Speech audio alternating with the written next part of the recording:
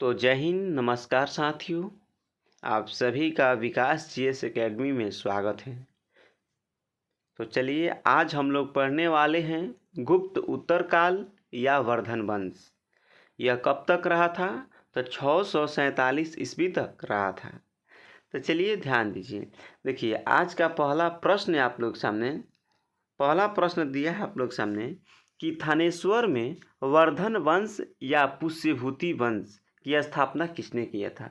वर्धन वंश कहे या पुष्यभूति वंश कहे, दोनों एक ही बात है। इसका स्थापना कौन किया था? तो याद रखिएगा, इसका राइट आंसर आपका हो जाएगा पुष्यभूति वर्धन। क्या हो जाएगा? पुष्यभूति वर्धन हो जाएगा। चलिए नेक्स्ट प्रश्न ध्यान दीजिए। नेक्स्ट प्रश्न दिया है इसमें, कदम्ब राज्य की स्थापना मयूरशर्मन ने की थी। उसने अपनी राजधानी बनाई। उसने अपनी राजधानी कहाँ बनाई थी? इसका राइट आंसर हो जाएगा वैजयंती या वनवासी को। नेक्स्ट प्रश्न ध्यान दीजिए। नेक्स्ट प्रश्न दिया है इसमें निम्नलिखित में वह अंतिम बौद्ध राजा कौन था जो संस्कृत का महान विद्वान और लेखक था? बहुत ही एमबीबीआई प्रश्न है, याद रखिए, बहुत एमबीबीआई प्रश्न है, ठीक ना। चलिए तो कह रहा कि अंतिम बौद्ध राजा कौन था जो संस्कृत का महान विद्वान था? इसका राइट आंसर हो जाएगा हर्षवर्धन। क्या था? कौन था? तो हर्षवर्धन था। नेक्स्ट प्रश्न ध्यान दीजिए। नेक्स्ट प्रश्न दिया है इसमें, हर्षचरित किसके द्वारा लिखी गई थी? तो याद रखिएगा, इसका राइट आंसर हो जाएगा बाणभट्ट। क्या हो जाएगा? बाणभट्ट। और पूछेगा बाणभट्ट किसके दरबारी था? तो याद रखिएगा हर्षवर्धन के। किसके? तो हर्षवर्धन के। यही राइट आंसर हो जाएगा। हर्षचरित के लेखक कौन है? तो बाणभट्ट। और बाणभट्ट किसके दरबारी थे? तो हर्षवर्धन के। नेक्स्ट प्रश्न ध्यान दीजिए। नेक्स्ट प्रश्न दिया है इसमें कि हर्षवर्धन के समय में कौन सा चीनी यात्री यानी चीनी तीर्थयात्री भारत आया था? हर्षवर्धन के समय में। याद रखिएगा, इसका राइट आंसर जो है वेनसंग हो जाएगा। परीक्षा में डायरेक्ट पूछता है तो वेनसंग किसके दरबार में आया था? तो आंसर लगा दीजिएगा हर्षवर्धन। और इसके पुस्तक का नाम क्या है? CU की। याद रखिएगा, हर्षवर्धन एक पुस्तक लिखा था, उसका नाम क्या था? तो CU की। चलिए नेक्स्ट प्रश्न ध्यान दीजिए और यहाँ से याद रखिएगा, अगर पूछेगा फाहियान जो था ना, फाहियान किसके दरबार में आया था? फाहियान, तो आंसर याद रखिएगा चंद्रगुप्त द्वितीय के दरबार में आया था। लेकिन यही पूछेगा वेनसंग तो हर्षवर्धन हो जाएगा। चलिए नेक्स्ट प्रश्न ध्यान दीजिए और याद रखिएगा, दोनों के दोनों कहाँ के यात्री था? तो चीन का यात्री था। कौन? कौन था? वेनसंग और फाहियान, दोनों के दोनों चीनी यात्री थे। नेक्स्ट प्रश्न ध्यान दीजिए। नेक्स्ट प्रश्न दिया इसमें, चालुक्य के राजा पुलकेशिन द्वितीय को किसने पराजित किया था? तो चालुक्य के राजा जो था पुलकेशिन द्वितीय, इनको कौन पराजित किया था? तो याद रखिएगा, इनका राइट आंसर हो जाएगा नरसिंह वर्मन फर्स्ट। क्या हो जाएगा? नरसिंह वर्मन फर्स्ट हो जाएगा।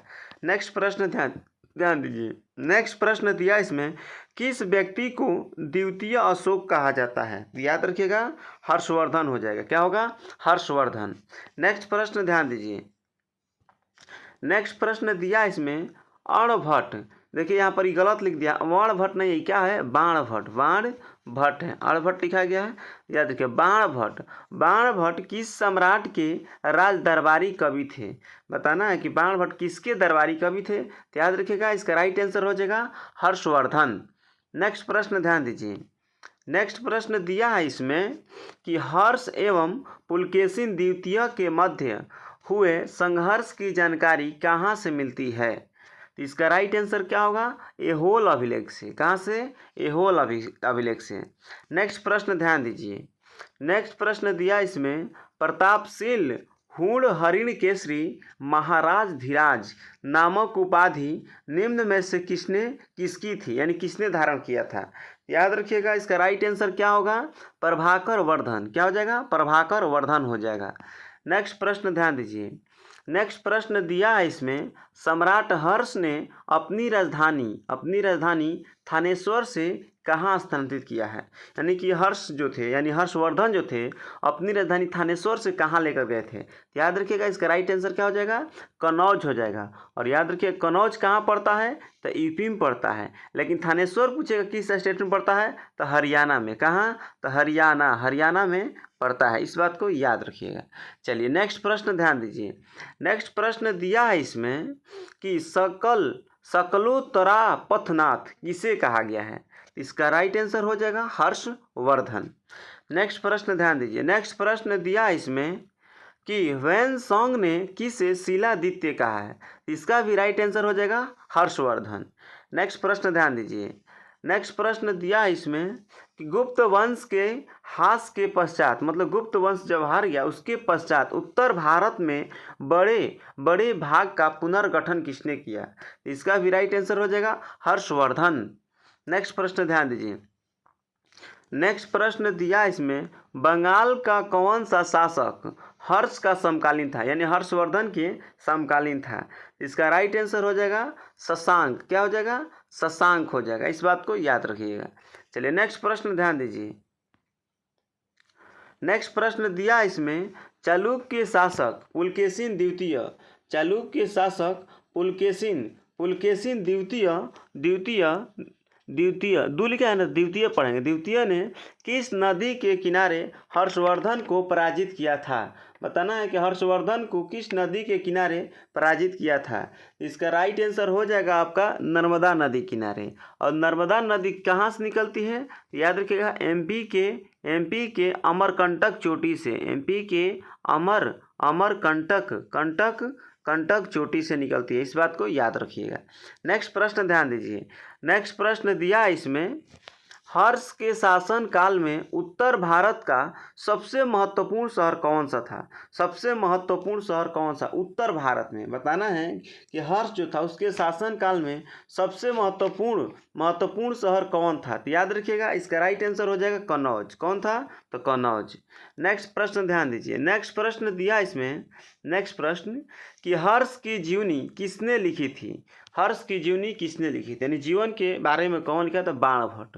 कौन लिखा था? तो बाणभट्ट। इसका राइट आंसर हो जाएगा बाणभट्ट हो जाएगा, ठीक ना। चलिए नेक्स्ट प्रश्न ध्यान दीजिए। नेक्स्ट प्रश्न दिया इसमें कि हर्षवर्धन अपनी धार्मिक सभा कहाँ किया करता था? बताना है कि धार्मिक सभा कहाँ किया करता था। आंसर याद रखिएगा मथुरा में। कहाँ? तो मथुरा में। नेक्स्ट प्रश्न ध्यान दीजिए। नेक्स्ट प्रश्न दिया है इसमें कि वर्धन वंश की राजधानी थानेश्वर किस प्रदेश में स्थित है? तो हम ऊपर ही समझा है, याद रखिएगा इसका राइट आंसर हो जाएगा हरियाणा में। लेकिन याद रखिए कन्नौज पूछेगा, कन्नौज बार बार समझा रहे, कन्नौज कहाँ स्थित है? तो कन्नौज याद रखिएगा यूपी में है। कहाँ? तो यूपी में। नेक्स्ट प्रश्न ध्यान दीजिए।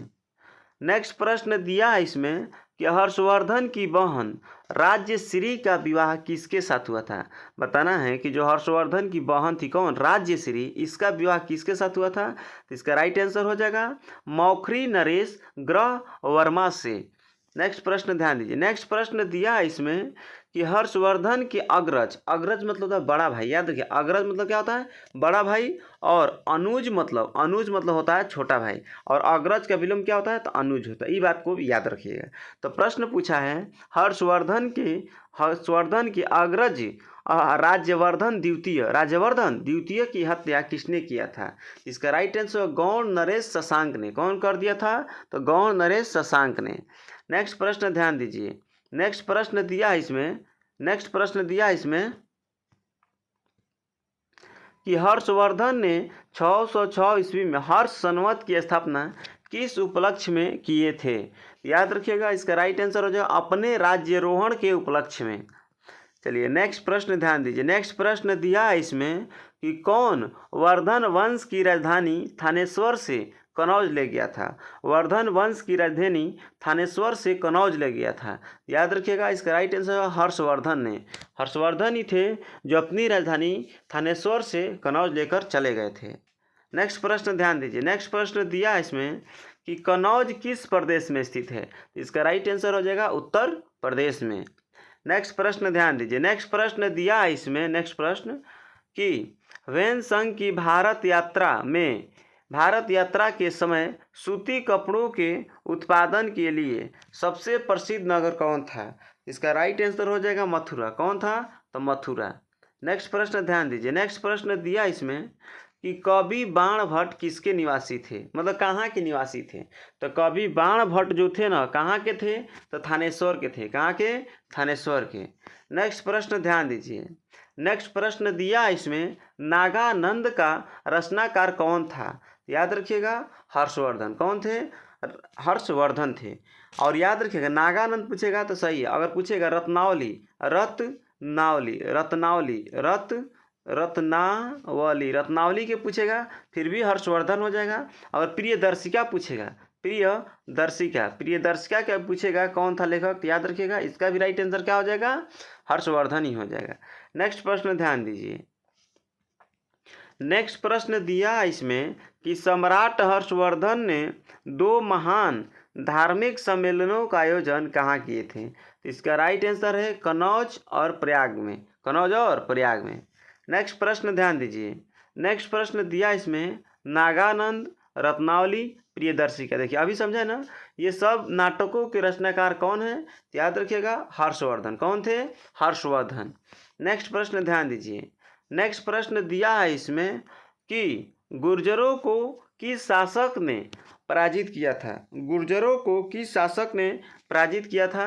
तो याद रखिएगा इसका राइट आंसर हो जाएगा हर्षवर्धन। कौन पराजित किए थे, हर्षवर्धन। नेक्स्ट प्रश्न ध्यान दीजिए। नेक्स्ट प्रश्न दिया इसमें, आज भी भारत में हवेन संघ, देखिए डेन संघ लिखा गया, रियल में क्या है, हवेन संघ है, हवेन संघ याद रखिएगा, हवेन संघ है। दिया है कि आज भी भारत में हवेन संघ को याद करने का मुख्य कारण क्या है। इसका राइट आंसर सीयूकी की रचना, सीयूकी की रचना कौन किया था, तो हवेन संघ। नेक्स्ट प्रश्न ध्यान दीजिए। नेक्स्ट प्रश्न दिया इसमें कि 641 ईस्वी में किसने चीन के राजा ताई मुंग के पास एक राजदूत भेजा था, ताई मुंग के पास। इसका राइट आंसर हो जाएगा प्रभाकर वर्धन। क्या हो जाएगा, प्रभाकर वर्धन हो जाएगा। इस बात को आप लोग याद रखिएगा, बिल्कुल राइट आंसर है। इसका राइट आंसर क्या हो जाएगा, तो प्रभाकर वर्धन। एक मिनट रुकिए, क्या दिया है कि 641 ईस्वी में किसने चीन के राजा ताई मुंग के पास एक राजदूत भेजा था। नहीं, याद रखिएगा इसका राइट आंसर प्रभाकर वर्धन नहीं, क्या हो जाएगा, हर्षवर्धन होगा। क्या होगा, हर्षवर्धन, प्रभाकर वर्धन नहीं होगा। चलिए नेक्स्ट प्रश्न ध्यान दीजिए। नेक्स्ट प्रश्न दिया इसमें, वेन संघ के समनार्थ एवं महायान धर्म के प्रचारार्थ हर्षवर्धन ने कहाँ महासभा का आयोजन 643 ईस्वी में किया था। याद रखिएगा इसका राइट आंसर क्या होगा, इसका राइट आंसर याद रखिएगा आप लोग हो जाएगा इसका कनौज में। कहाँ किया था, तो कनौज में किया था, इस बात को याद रखिएगा। चलिए नेक्स्ट प्रश्न ध्यान दीजिए। नेक्स्ट प्रश्न दिया है इसमें कि कुंभ मेला का प्रारंभ करने का श्रेय किसे दिया जाता है, तो हर्षवर्धन को। कुंभ मेला को प्रारंभ करने का श्रेय किसे दिया जाता है, तो हर्षवर्धन को। और यहाँ से याद रखिएगा कुंभ मेला 4 जगह लगता है। यूपी में कहाँ, पहला लगता है प्रयागराज, कहाँ, प्रयागराज याद रखिएगा, प्रयागराज। फिर याद रखिएगा नासिक। फिर याद रखिएगा उज्जैन, ठीक ना। और एगो लास्ट याद रखिएगा आप लोग, कहाँ लगता है, नासिक।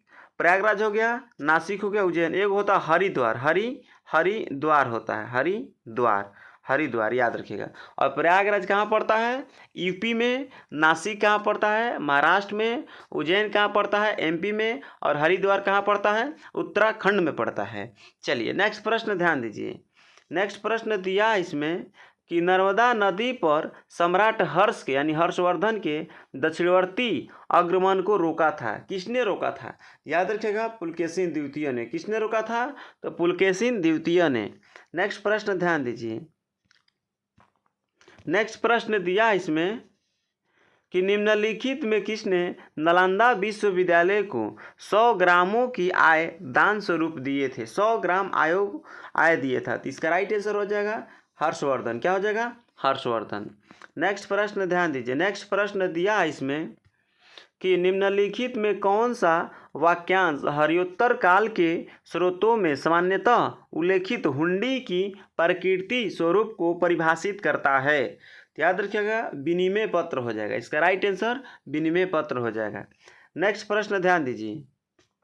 नेक्स्ट प्रश्न दिया इसमें कि दक्षिण भारत के संदर्भ में एरीपति का अर्थ क्या है। तो याद रखिएगा एरीपति का अर्थ जलाशय की भूमि है। क्या है? जलाशय की भूमि। नेक्स्ट प्रश्न ध्यान दीजिए। नेक्स्ट प्रश्न दिया इसमें, सीयूकी की नामक यात्रा विवरण निम्नलिखित में से किससे जुड़ा है। याद रखिएगा इसका राइट आंसर हो जाएगा सीयूकी। तो इसका राइट आंसर ह्वेनसंग हो जाएगा। क्या हो जाएगा? ह्वेनसंग। सीयूकी की रचना कौन किया था? तो ह्वेनसंग। चलिए नेक्स्ट प्रश्न ध्यान दीजिए। चलिए आज के लिए इतना ही प्रश्न था, टोटल समाप्त हो गया। चलिए ठीक है, तब तक के लिए जय हिंद, बाय, मिलते हैं नेक्स्ट वीडियो में।